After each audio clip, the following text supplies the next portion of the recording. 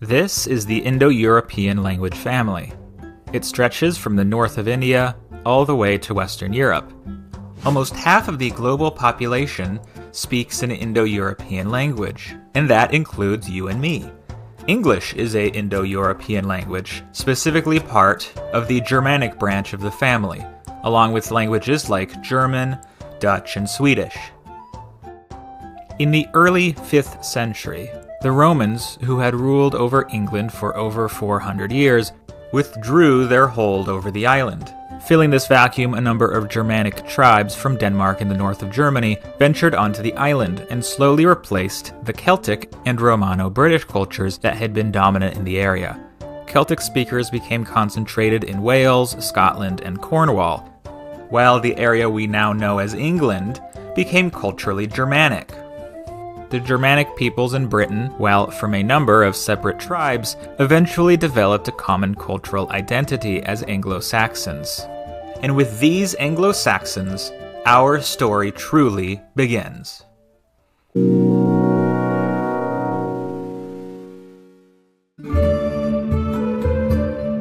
Anglo-Saxons and their many kingdoms spoke a language we now call Old English.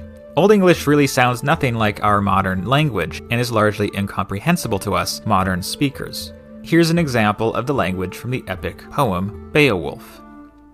What we gardena in jar dagum theud kuninga thrim gefrunon hutha athalingus ellen fremadon. So, I assume you understood none of that. Not to worry, no modern English speaker would be able to understand.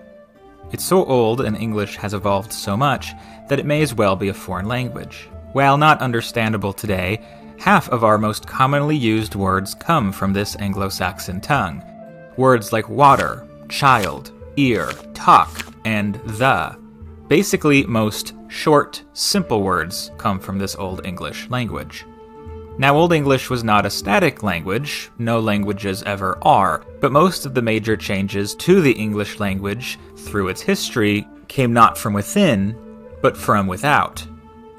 The first major influx of change to English came with the Viking invasions in the 8th century onward. Norsemen from Norway and Denmark invaded the north of England, and even set up a kingdom of their own called the Danelaw. These Vikings spoke a language called Old Norse, which is the ancestor of the modern Scandinavian languages. Its influence on English was mostly vocabulary, with words like sky, bag, law, hit, and even they coming from Old Norse. In 1066, William the Bastard, later called William the Conqueror, invaded England with his Norman army, and at the Battle of Hastings, successfully conquered it. These Normans, now the ruling class of England, spoke a dialect of Old French.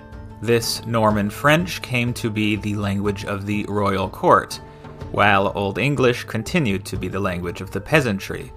After around 100 years of this, the two languages began to merge, creating what we call Middle English. If you've ever wondered why English, a Germanic language, has so many cognates with Romance languages like Spanish or French, this is why. A whopping 30%, or 10,000 English words, are French in origin. These words are most commonly seen in the spheres of law, religion, and science. This French connection is also why English has so many words that mean the same thing, called synonyms. If you look at an English dictionary, it is almost always much larger than a dictionary of another language. The most famous example of these synonyms comes from the realm of food. In English, we use two different words when referring to an animal and the meat that comes from said animal. Words like pig, cow, and chicken are all Anglo-Saxon, as the farmers who raised these animals were English speakers, while pork, beef, and poultry are all Norman French because the elites who ate the fine food were French speakers. With this influx of French words, as well as a simplification of the grammar rules of Old English, Middle English is one step closer to the language we know today. Still, it is by and large incomprehensible to most English speakers. Here is an example from the Canterbury Tales by Chaucer, the most famous Middle English writer. Wanda d'April, with his shore of Sota, the draught of March hath passed to the Rota, and bathed every vine in sweet liquor, of which vertu engendered is the flour.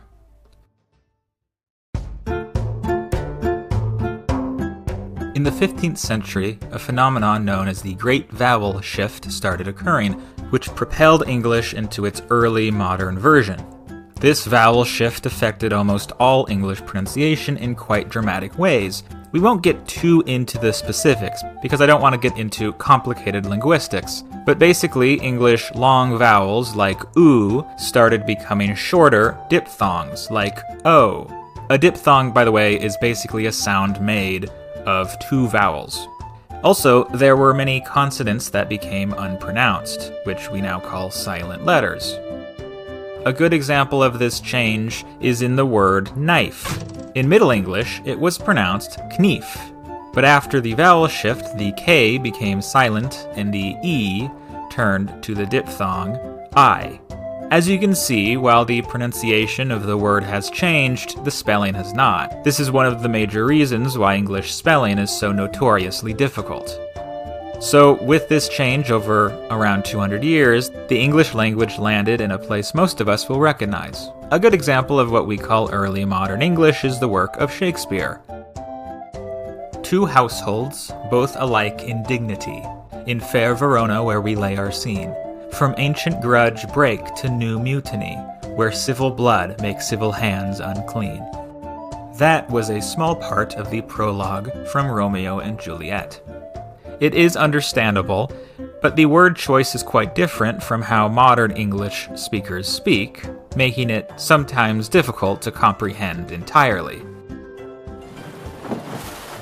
Beginning in the 16th century, the British started exploring and subsequently created an empire. At its height in the 19th century, the British Empire covered a quarter of the Earth and had control over almost a quarter of the Earth's inhabitants.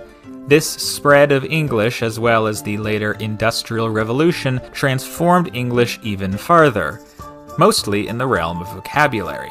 New words from English colonies, as well as new words for new technology, ballooned the English vocabulary into what it is today. Also, the spread of English created many English varieties, most prominently in North America, where English pronunciation froze in place. The standard American accent, like my accent, is actually closer to the accent of Shakespeare than most modern British accents. American English is particularly influential because of the success of American pop culture around the world. English today is still evolving as much as it ever was, with new words being added to dictionaries every year, as well as many old words falling out of use. English grammar is also changing. And it will continue to change, so much so that in a few hundred years, our language will sound just as foreign to future English speakers as Chaucer does to us.